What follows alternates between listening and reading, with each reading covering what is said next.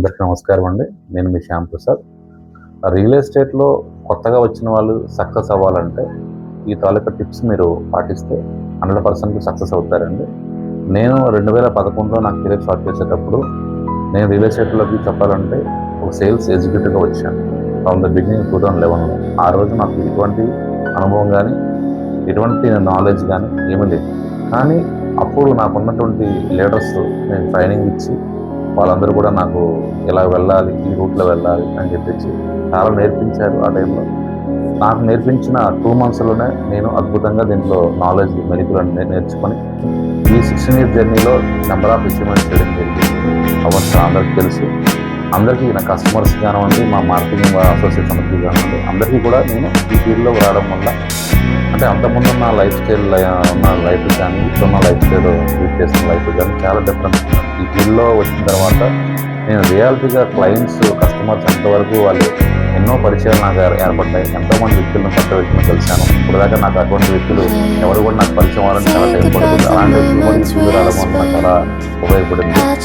అలాగే కొత్త వాళ్ళు కూడా నేను పొందిన ఆనందాన్ని మీ అందరికీ కూడా నేను చెప్పాలని చెప్తుంటే, కొత్త వాళ్ళు కూడా ఈ ఫీల్డ్కి రావాలంటే మీరు ముందుగా ఈ ఫీల్డ్ మీద అవగాహన చేసుకోండి.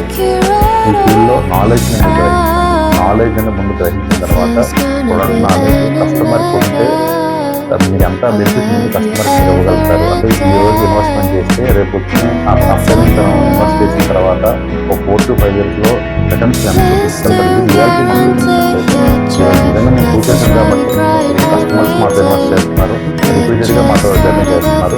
అంటే మీరు ఏవైతే కమిట్మెంట్ ఇచ్చారో మీరు చెప్పినటువంటి ట్రస్ట్ కంప్లీట్ ఉందో పర్ఫెక్ట్గా జరగాలి. కొన్నిసార్లు చిన్న చిన్న మిస్కమ్యూనికేషన్ జరిగినా కూడా దాన్ని కొద్దిగా దృష్టిలో ఉండాలి. కస్టమర్కి ఎటువంటి అన్యాయం జరుగుతున్నప్పుడు కస్టమర్ డెఫినెట్గా మిమ్మల్ని చేస్తారు. నెక్స్ట్ అలాగే కొత్తగా వచ్చిన వాళ్ళు కానివ్వండి, ఇప్పుడు చాలా సాధారణంగా కొంతమంది కొత్త వ్యక్తులు వస్తున్నారు మార్కెట్లో. జస్ట్ 1-2 years జర్నీ చేసి వెళ్ళిపోతున్నారు. వాళ్ళకి మధ్యలో ఫీల్డ్ గురించి డిఫరెంట్ జర్నీ చేసి వెళ్ళిపోతారు. కానీ మీరు కస్టమర్గా ఎవరైనా ఉన్న మార్కెట్ ప్రొఫెషనల్గా ఉన్న పర్సన్తో డీల్ చేస్తే డెఫినెట్గా మీకు 100% రిటర్న్స్ వస్తాయి. ఆ పర్సన్ కూడా అంటే ఆనెస్ట్గా ఉండాలి, ఎటువంటి మిస్టేక్స్ చేయకుండా తనకున్న ఒక లాయల్టీగా ఏదైతే తన డిసిప్లిన్ ఏం చేస్తున్నారో డిసిప్లిన్ మాటలుగా ఏం చేస్తున్నారని చూసుకోండి. నేను చూసే మీరు డెసిషన్ తీసుకోండి.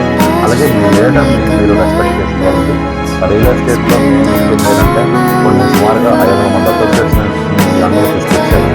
ఈరోజు నా మొదట గురువుని ఎవరైతే ఉన్నప్పటికీ నేను కాంటాక్ట్లో ఉండడం కానీ మాట్లాడడం కానీ జరుగుతుంది. కారణంగా రెస్పెక్ట్ స్టార్టింగ్ మనకి ఎవరైతే నేర్పారో వాళ్ళు ఇప్పటికి కూడా నేను అంటే మనసులో పెట్టుకుంటున్నప్పటికీ కూడా నా గుండెల్లో ఉన్నారు అందరూ కూడా. ఎందుకంటే అంత నిజాయితీగా ఉన్నాం కాబట్టి మీరు ఇంత నాలెడ్జ్తో వ్యాపారం చేయగలుగుతున్నాం. అలాగే మీ సీనియర్ని ఎవరైతే కాదనుకొని సీనియర్ని మిస్ చేస్తున్నారు. నిజంగా లైఫ్లో చాలా పనిష్మెంట్ అండి. రియల్ ఎస్టేట్లో ఒక సీనియర్ గురువు అనేది రిలేషన్ కాదు, మీరు ఉన్న రంగంలో ఏ రంగానికైనా సరే ఫస్ట్ మనకి అమ్మ నాన్న, తర్వాత మన పెళ్ళి అయితే భార్య, తర్వాత మనకి సీనియర్ అయితే గురువు కానీ, అదే బిజినెస్లో కానీ మనకున్న నెట్వర్క్లో కానీ మనకు ఎవరైతే నేర్చుకుంటారో ఆ గురువుని మనం రెస్పెక్ట్ చేయాలి. ఆ రెస్పెక్ట్ అనేది మనం మిస్ చేసుకుంటే మాత్రం రేపొద్దున్న ఎవరైతే మనం ఎదిగే కొద్ది ఎలా ఉంటుందంటే మా సీఎండీ ఉన్నారు, ఆయన చూసి చాలా నేర్చుకున్నాం. ఆయన చాలా ఎత్తి జరిగారు చెప్పాలంటే. అయినా కూడా ఈరోజు స్టార్టింగ్ డేస్లో మేము 2007లో చూసిన సీఎండీ ఎలా ఉన్నారో ఒకలాగే ఉన్నారు. కానీ మేము స్టెప్ బై స్టెప్ ఆ నేర్చుకొని నేను కూడా ఆ పొజిషన్కి వెళ్ళి ఆ స్టాండర్డ్స్ మెయింటైన్ చేస్తున్నాం. ఎందుకంటే ఎంత ఎదిగితే అంత ఒదిగున్న వాళ్ళకి మాత్రమే అందులో గుర్తుంచుకోవాలి. అంత ఆశామాషిగా స్టార్ట్ అవుతుంది.